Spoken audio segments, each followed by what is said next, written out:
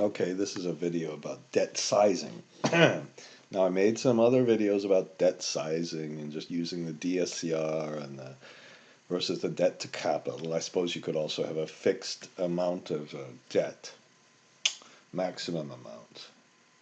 Now, there are kind of standards in the industry. Now, this video is going to be about just discussing some fundamentals in a wind context.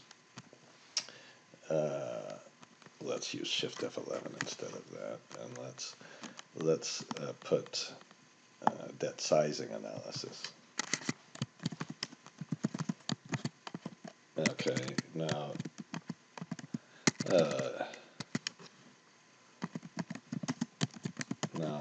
I should have already set that up for you. I apologize. Now, what we're going to do is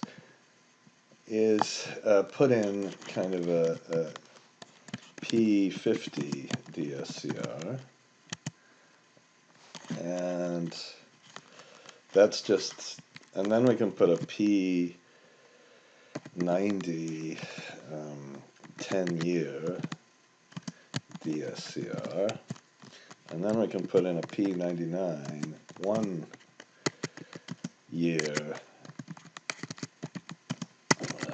DSCR. Now, if this is really the third video in a set of videos,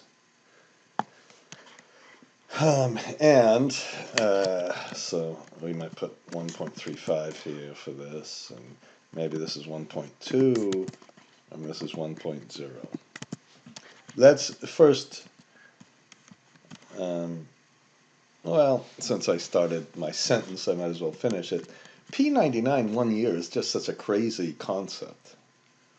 That says we're going to take the lowest 1 year in 100 years, which should happen one every 3 wind farms if the wind farms have a life of 33 years. Okay? 1 in 100 years is 1 every 3 wind farms.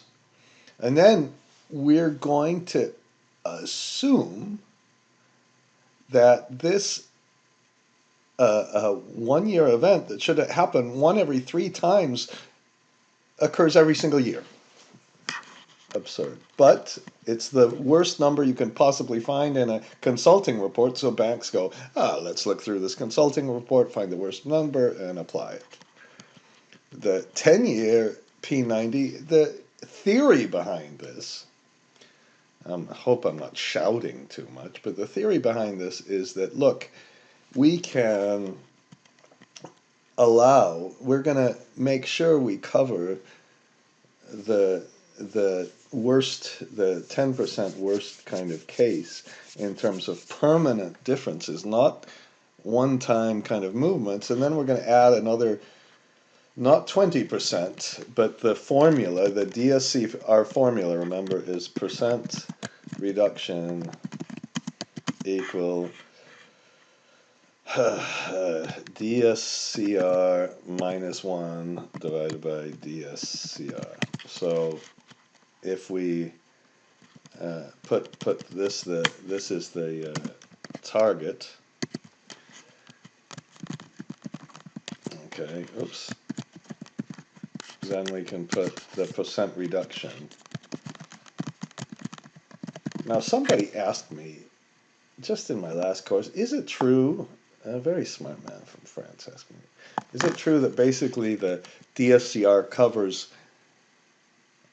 resource risk and nothing else? That was a hard one to say. It's not supposed to, but that's the biggest risk, of course.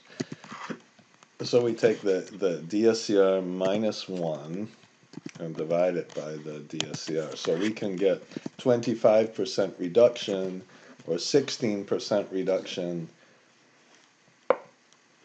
and so forth. Now, what we will try here is we're going to look at this FPL example, and we're going to select either the P95 or the P90 or the P75, and if we look at we can say, okay, what's the excuse me, I didn't really need that crap that Standard & Poor's did. Let's look at the percent reduction. So if we have a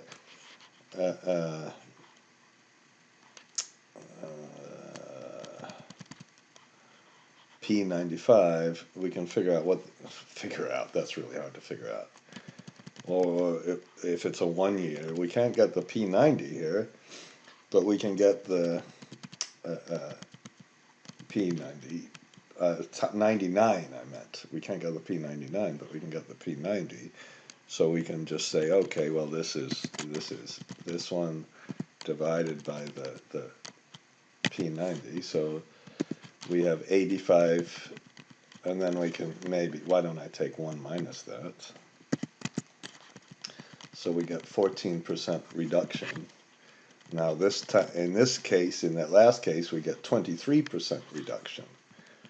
Now if we take the difference between these ones, we can start to say, well, we can almost see immediately if there weren't taxes. Taxes is an important issue here, but without taxes, what's the reduction in cash flow compared to this? Now, here's the reduction in cash flow. Okay, and here's the reduction in cash flow from this one. Okay, so if the reduction in cash flow was 0, the constraint would always be the P50. If we look at the 10-year case, let's look at the 10-year case. Perhaps I should really do this a little more elegantly, and I will in a minute. The 10-year, where's the 10-year case? Here. If we take this 10-year case for the P90 and divide that by this one, remember, and then we get 1 minus this. So, whoops. Oh, shit. Okay. So this ranges from 15% to 7%. Now, whenever the reduction is above 9%, the P90 will hit in. So I've got to collect my thoughts just a tiny bit and explain this a little better. Okay, just 1 minute. Okay, so what I did was just made a little transpose function and put a little developer, combo box and spinner box, so we can take any one of these different wind farms. Okay, and once we take any one of these different wind farms, then we can select either the P50 or the P90 10-year. Okay, so we have this one and this one and this one. Now, if you just pretend that the debt service is 100, okay, and then so that means the cash flow would have to be at least 135 for this example. Okay, and now if the cash flow is below 120, so it's 119, meaning that the difference between this and this is more than come on, my God. Okay, so if this is 120, we have a 11% decline from the base case. Now, if that's more than 11%, then the P90 will kick in. If it's less, then the P50 will still be in place. So in this case, we have the first project has 7%, and then the next one has this. So this is just the DSCR level, and we just take the DSCR level divided by the base case. So we can put constraint applied,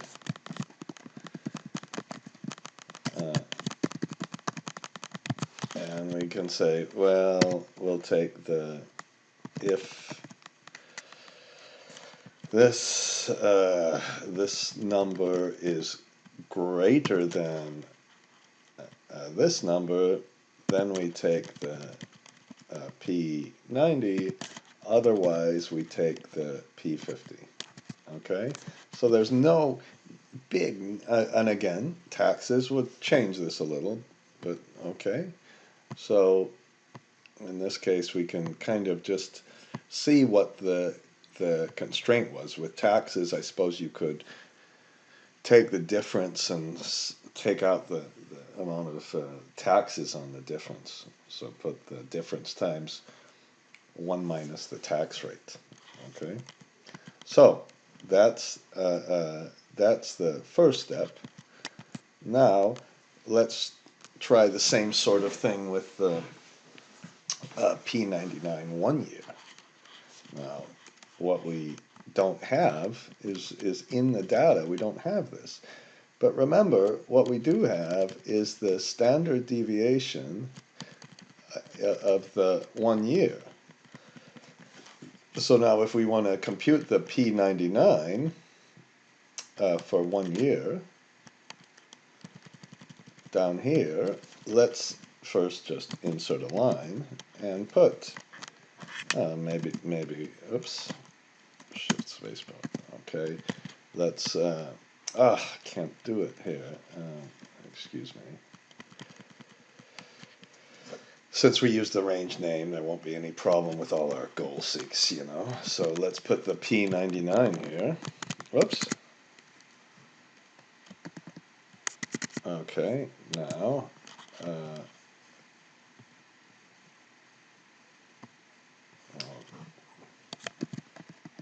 okay, and what we do is we put a norm inverse, as we normally norm inverse, and then it asks for the probability, which we'll just put in 1%, and the mean is the P50, which we have up here, or what happened to my, oh shit, oh, God, okay, just a minute, just a minute, stupid thing. Okay, it was just a problem with this copying crap. Okay, so our P99 is equal norm inverse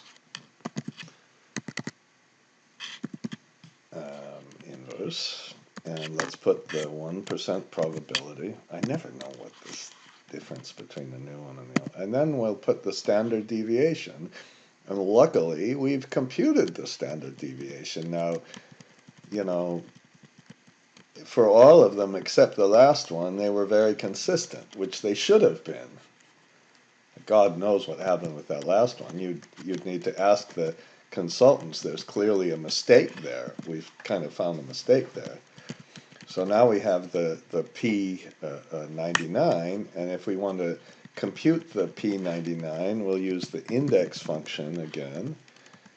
And I hope I'm not really kind of wasting your time with the silly index function, but we put it against this little code number, and then we'll compute the difference between the P99 and the P50, and put 1 minus that. So now we can see which constraint is applying. Now the maximum constraint is this one.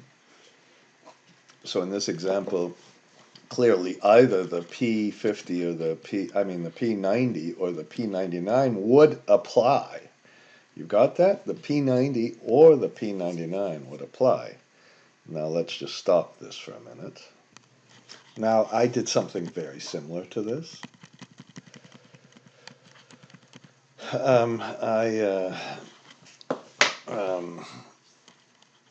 Just this time said, well, okay, we've got a 120 constraint versus a 1.0 constraint. So let's just take this 100 divided by the 120 to see how much it can decline, how much it can go down by. Now if we, so that's a decline of 16%. So if the difference between the P99 and the P90 is more than 16%, then we're suddenly into the P90 constraint. Okay? So let's put max P99 versus P90 before P99 constraint. So that's our, just simply this, it's basically this divided by that, 1 minus that divided by that. So it's this number. And then I'm using the crazy one, so let's not use this one. Let's use the first one. So in this case, the P50 constraint is used, but the constraint applied would be if this one is greater than this, then we apply the P99 1 year. Otherwise, we apply the P90 1 year. Now, the last thing to do is kind of get the final constraint. We've got a P50 in our first test, a P99 in the second test. Let's look at the final constraint that's applied, and all we're doing is using this formula.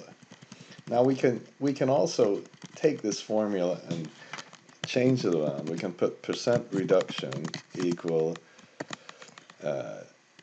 DSCR minus 1 divided by DSCR. So what I'm doing now is let's express, instead of computing the percent reduction, let's compute the DSCR that's implied by the percent reduction. So we better put percent reduction, whoops, okay, and this time let's multiply this by the DSCR, and that's going to equal the DSCR minus 1, and then let's do the same thing and just bring the 1 plus the percent, excuse me about that, let's just subtract the percent reduction minus DSCR, that equals minus 1, okay, and then we go down 1 and we put DSCR minus this equals 1, and then we can say DSCR times 1 minus the percent reduction equals 1. Sorry to take you through this algebra, but I have difficulties with it. And so DSCR equals 1 divided by that. Okay, so that's, we can figure out the DSCR. So if we have a percent reduction of 20% here, we can just take, okay, 1 divided by 1 minus this, and we need a DSCR of this. So let's put required DSCR for the, actually,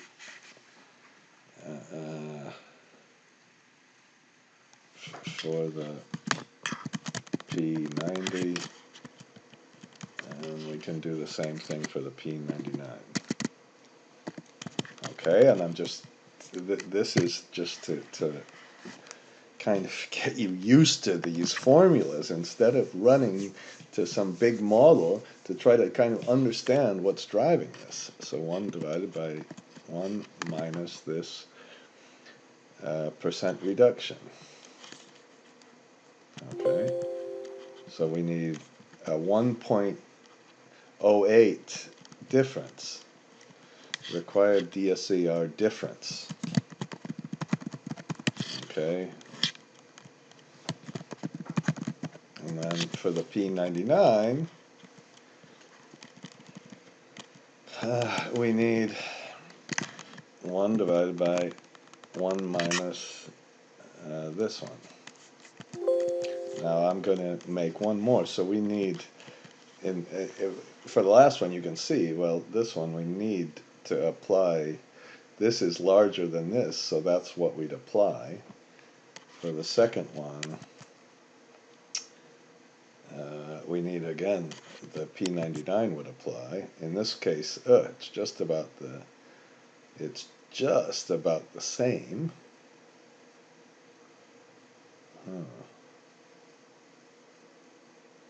And we got a 16% difference. No, it's 19%. Okay, in this case, it seems that the P99 is going to apply just about in all the different cases, which is kind of interesting. And in this case, we need a much bigger difference. Okay, I'm kind of rambling a little, but I hope I'm showing you the relationships before we're going to go to another video and finish this off. Okay. Okay, now I'm going to finish this up. Now what I did here, let me put the inputs here for you. This one is just this number times 100. This one should be also this number times 100. And we can see that this little formula, this little simple stupid formula, what I did was just put DSCR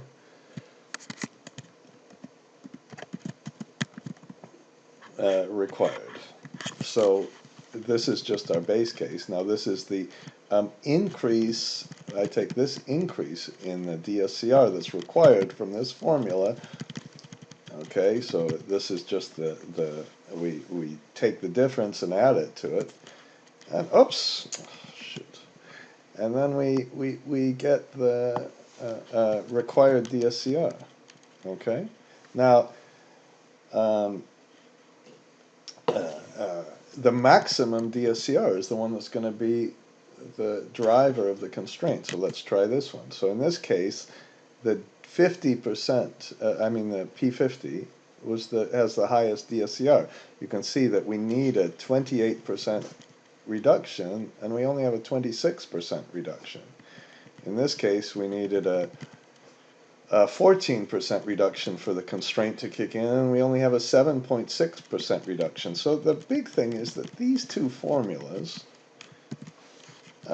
can help you hopefully just go through this and understand what's going on before you just start applying the kind of arbitrary things. Okay? And it's just all about a break-even analysis for me, really. Remember, you should adjust it by taxes and everything else. So we let's put constraint, final constraint. Okay, and we take how about we'll take a match of the maximum of these three things, or and then also put these and then put a 0.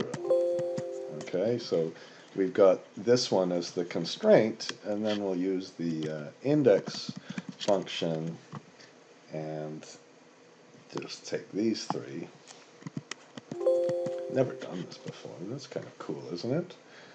And then we can see which constraint applies, and it's either the 50% or the